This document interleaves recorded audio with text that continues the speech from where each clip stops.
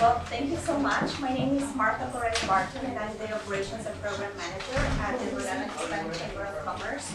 So for all the small businesses here, if you need any help, please don't hesitate to contact us. So today I'm going to introduce a couple of people that are really great for bringing all this together. I'm going to start with Daniel Vidanya. He is the president of Innovation Studio. Then we have Jennifer Hawkins, who is executive director of One Neighborhood Builders. And we have also Lexus Fernandez, co-founder of Soulita.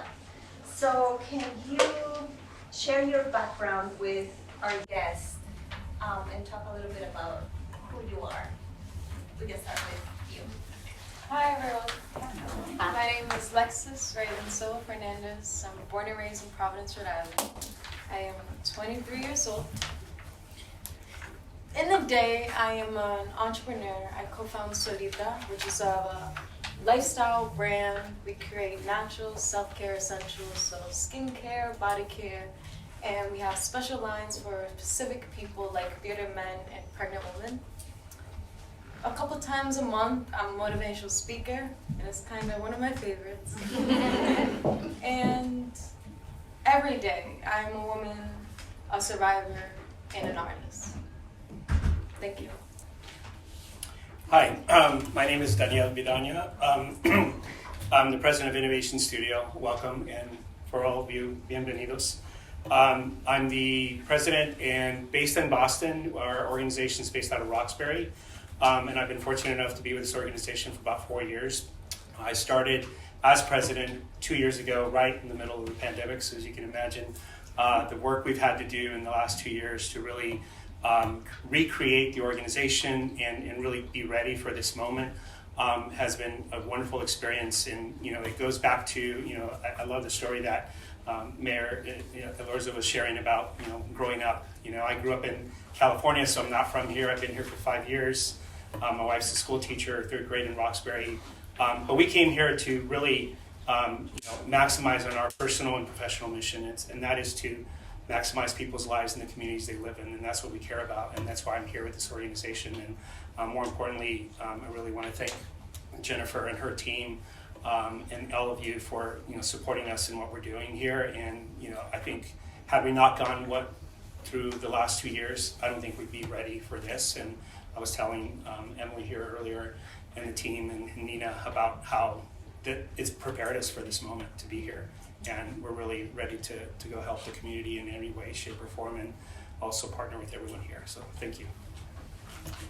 Hi, welcome to Onlyville. I am Jen Hawkins, Executive Director of One Neighborhood Builders, and also just want to recognize Representative Lombardi. Thanks for joining us. Sorry, trying to work. Thanks for coming. And I'm joined with my colleague Dominique Resendez, our CPO project manager, assistant director. And so if you haven't met Dominique, I would really encourage you to do so. She convenes our collaborative. It's a group of about 65 different organizations that comes together to kind of share resources and plan for what's possible in Central Providence. So, as the executive director of One Neighborhood Builders, I lead a fantastic team of committed individuals all the way from community health workers to real estate developers who are helping us fulfill our mission of the comprehensive revitalization of neighborhoods. We mostly fulfill that mission through the development of affordable housing, but then also convene through Dominique and others our Central Providence Health Equity Zone. And we understand that the social determinants of health, like quality jobs as an example, are much more important to whether you are able to have a long, healthy life than oftentimes if you see your doctor and take medicine.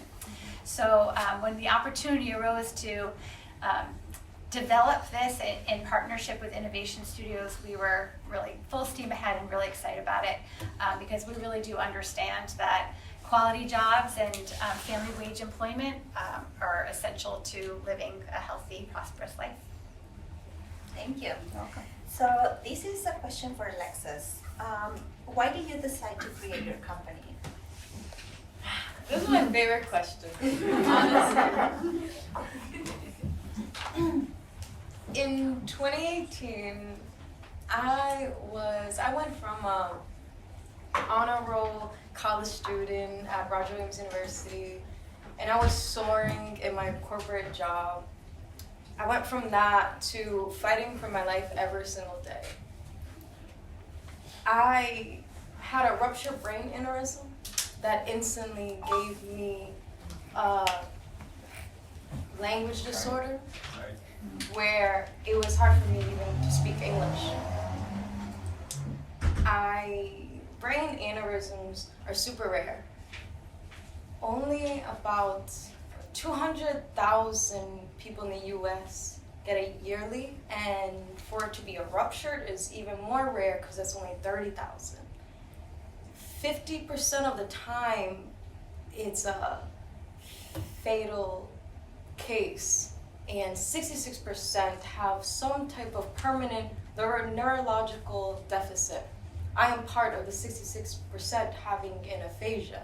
So as I'm speaking to you, my brain is like, okay, you're saying that wrong. You're saying that wrong. Try again. And it's cool because nevertheless, I was persistent on making sure that I was good, and I got back to where I was. As soon as the aneurysm popped, it put me back to adolescence. I lost everything. I lost my livelihood, my job, my school. I lost my hair, and any woman here, it's a lot. For me, it's my culture. And living in the hospital, it definitely changed my skin. It was super sensitive, filled with scars. And during my rehabilitation, as I'm learning English again, I was reading books from aromatherapy and herbalism, and I had a little bit of wealth, so I bought ingredients to make natural products. And ever since I made that website, my life has been beautiful. And I would always tell everybody, anytime I'm in a crowd, I say, if a ruptured brain aneurysm couldn't kill me, then I'm supposed to be alive. And every day, having Soulita, I'm never gonna go back to 9 to 5 because I changed it for 24/7, but it's okay. Soulita is natural products. It was a solution for me, but now it's a solution of healing for everyone. I focus on not only the physical, the external, but the internal too, the mental. Because if I didn't spend time with myself, even though I survived a ruptured brain aneurysm, I was gonna pass away because I was so sad. I lost everything. So having these products and having a focus on self-care, that's why I'm here right now. And having this story, that's why I said motivational speaking is my favorite. Because even though you might have not had a brain bleed like me, it doesn't mean you can't feel the pain. So having Soulita, I bet on myself, and I had no business education. I was in college for political science and urban studies, visual arts. I wasn't thinking about business. So when I told myself, like, Lex is okay, you got your confidence back, you're happy, what's gonna happen next? If you go to a regular job, you're gonna be dealing with these invisible disabilities where it's gonna hurt you physically and mentally. Bet on yourself. Made the website, no capital, no network, no business education. And the first thing I do is I went online and I looked for an organization that would help me for free. For free. Because I have the will. I don't have people in my family that could teach me as a mentor. And I found business organizations like Central Women in Enterprise and, Biz Bodega.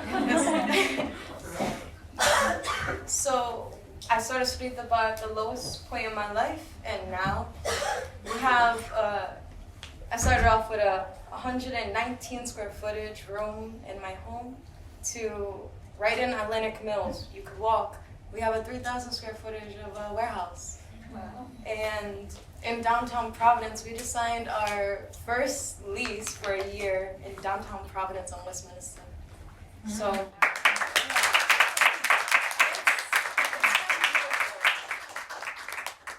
It's truly, truly, truly been beautiful, and if I didn't go through what I went through at my lowest, I would not be here in front of y'all. Wow. That's why I amazing. said. Thank you. Thank you. Now, this question is for Jennifer. So, One Neighborhood Builders has made a real impact on housing in Central Providence. What was the motivation for opening this space to support the local businesses? Yeah, thank you. So, as mentioned, we are mostly known for our affordable housing development work. We have created 600 homes to date. Most of them are rental apartments, some are for sale apartments. In fact, one of our owners, Elizabeth Del Rosa, is here. So we really do believe that housing is foundational, but it alone won't make for a neighborhood to be vibrant and healthy. That it really is knitting together the social fabric is often how we describe the work that we do. And so whenever we have the opportunity to bring together components of a healthy neighborhood, we try to do that. So in this building, as an example, there's apartments above, and we decided that no one really wants to live right outside of a bus stop. Like, we need to have a storefront to activate the streetscape. And so we developed this building, and for a long time we had a different tenant in here, and it came open, and we knew if we had just put out a for lease sign, we would probably get another cricket. No offense to cell phone companies, but I'm not sure Olneyville needed yet another one. So we decided to curate the space and really think thoughtfully, like, who do we want to have in here, and what does the community need? And for all the reasons that have been articulated, we really wanted to have a business support center who is culturally competent, who understands really what it takes to support the micro enterprises, as Mayor Lorza had mentioned. So, for us, it was just a matter of hearing what our residents are telling us, what our community needs assessments are constantly informing us around, that there's a lack of capital, there's a lack of just culturally relevant and Spanish-speaking classes to support the community. And to have this front porch so that everyone can kind of come in and get the full array of services that you might need. And that's why I really I'm so grateful for the range of partners. So the Rhode Island Business Empowerment Network. We've got several different organizations that are here: Multicultural Center, Social Enterprise Greenhouse, Center for Southeast Asians, Sprint Chamber of Commerce, Rhode Island Black Business Association, SBDC, Hope in Maine, I feel like I'm going to forget someone, Fuerza Liberal, are all of the organizations who are going to be part of Biz Bodega. So it really is genuinely a front porch.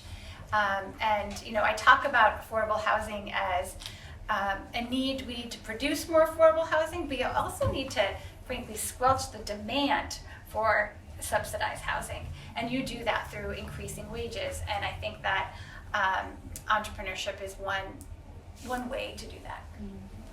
Thank you. So, Dan, what motivated Innovation Studio to get involved? Sure. Great question.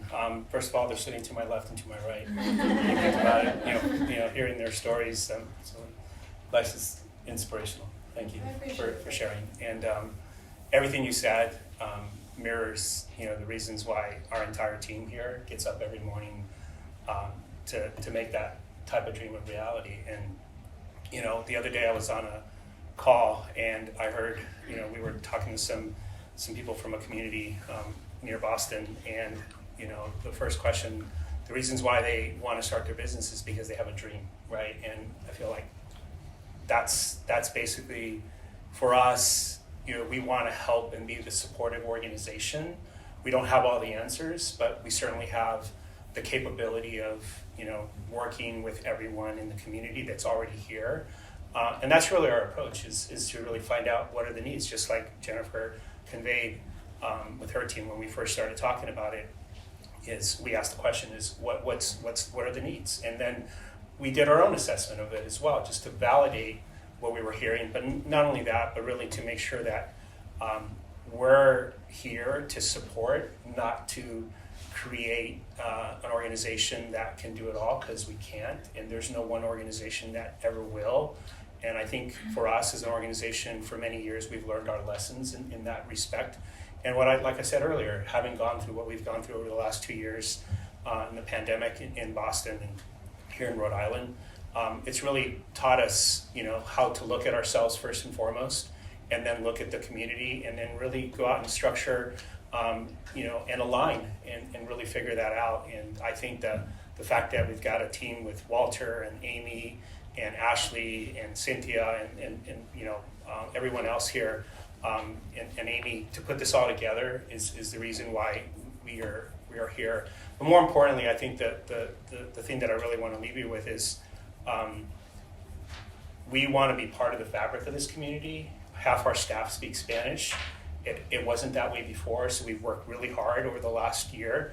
And we came the realization was we really thought deep about our strategic plan for the next 5 years. And this is a culmination, and made it really easy to have this conversation with Jennifer and her team. And I think that came out in a natural way, and it allowed us to come to the conversation of like, what can we do, and how can we come together to support it. And as you can see, this is just the beginning of this process. So yeah, that's one. Yeah.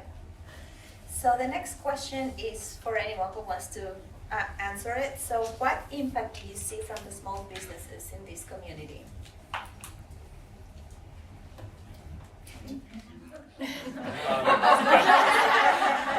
Not all at once, right? Go ahead.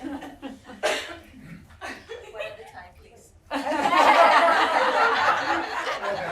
So I would say, I think that one, topic that I hear often is access to capital. And I'm pleased to know that the governor's budget has included additional support for small businesses, and there's private philanthropic support, Round Foundation and others who have been providing money for grants. I should, just as a teaser, soon you will be hearing about the launch of a new neighborhood trust called the Central Providence Opportunities Trust.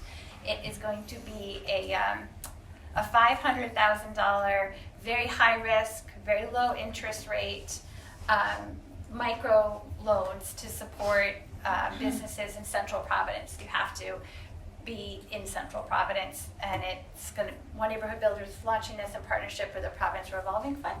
So it's one thing that I think we've been hearing a lot about, and what distinguishes this trust is that it's going to be controlled by residents. So the loan committee are a group of individuals. The majority of the seats are for residents who live in Central Providence, and actually Elizabeth is one of the members of the loan committee. So stay tuned for that. Does anybody else want to answer this? Yeah, I'll add to that.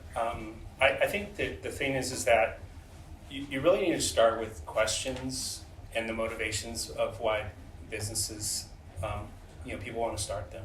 And I think that's an important part I was telling to people here tonight is understanding the personal motivation, understanding what they bring to the table already in terms of experience or education, or they know what to do. And then the networks, we talked about the networks and things like that. I think you have to somehow present that to everybody and know that about people. Otherwise, it's really hard to stay confident and supported in that process. So I think the fact that there are great businesses in this community already, which is great to see. When you walk out this door, you have examples of success. And I think that's an amazing thing, because in most communities that are suffering and hurting, they don't see that, right? And so I think already there are going to be people that we can engage with and say, well, how did you become so successful? And connect with them and hopefully bring them in to have a conversation or speak like this in front of people. And I think having those examples of people that look like you, speak like you, all of that is only going to make the opportunity to succeed, and use this space to activate it in that fashion, a possibility, right? And so I think small businesses here are already thriving. You can see it. You know, I've been here a few times in the last few months, and every time I come here, I stop and I'll eat at one of the businesses, or I'll stop and buy something from there. Have you tried all the food around? Not yet, but I'm making my way. It's too many choices, so but it's all good. One restaurant at a time. Yeah, I'm going to be eating a lot. But no, but I think that those are examples that we can go to and really strike up relationships that will serve in a positive manner. Because we can say, have you spoken to so-and-so at that site? We just had a great conversation, and the problem you're trying to solve, they've already solved it. So why don't we connect you to them so we can do it? Because we believe, and we learned this over the last 2 years, is that small businesses are best capable of helping and teaching other small businesses rather than someone else who did it 20 years ago. Mm-hmm. But if they're doing it now, that relationship and the impact of that conversation makes total sense, because they just had to do it last year, right? And you're not talking to somebody who, many years ago had to do it. And I think that that's an important thing, and we want to be able to connect that. Thank you. Sure. Thank you. So my next question is, what are the goals for the future of Central Providence businesses? Any thoughts you want to share? Can I speak for Yeah. Yes. I want to employ people from the community. So many investors talking about, not that I have any, but for mentorship in a manufacturer. It's gonna be a lot faster. Some of the businesses and all throughout the nation who have a business kind of like me, and looking at their warehouse and looking at their hiring local people, I'm just like, that's awesome. Like, why would if I can build jobs here, why would I go and give it out somewhere else? I mean, no matter what, we can still have a team for like the digital side, for making the products, for all of that. It's like, I want to do it here. And when it comes for the future of Soulita, it would be, right now we're actually in the middle of a capital campaign, and exactly what we're talking about, the mentorship, the capital, it's so important to our small businesses. And for the people that are young entrepreneurs like me, it's like, we wake up working, we go to sleep working, and we are driven by our dreams. Yeah. For the people that shows, they've been doing it, they're different, they've grown since what they did last year. Like, help us, help us. And a lot of the reasons why we need to look for those spaces, either they don't know about it or there's not enough. But there is. We got this. We got Center for Women in Enterprise. We got score.org. It's out there. So it's like half of us looking, finding it, needing it, and then also like us doing the research for it. Like, you know what? Let me go and look for them. Let me go get the free workshops, the mentorship, the webinars. So Soulita, the capital campaign, we want to fill that warehouse. I've been spending months filling holes and painting and fixing it. And for the store, for the future of Soulita is, we just want for it to be great inside. We want to stay there longer than a year to continue growing my business, but also be the leader in my community to inspire other young entrepreneurs. Whether it's me posting on my Instagram about Biz Bodega, or even just coming here and showing people, like, look, this is all the things that they helped me with. You can be here too. So the future for me is like continue being inspiring to other people who are part of my community, and then also just leveling up with my business and hiring local people. So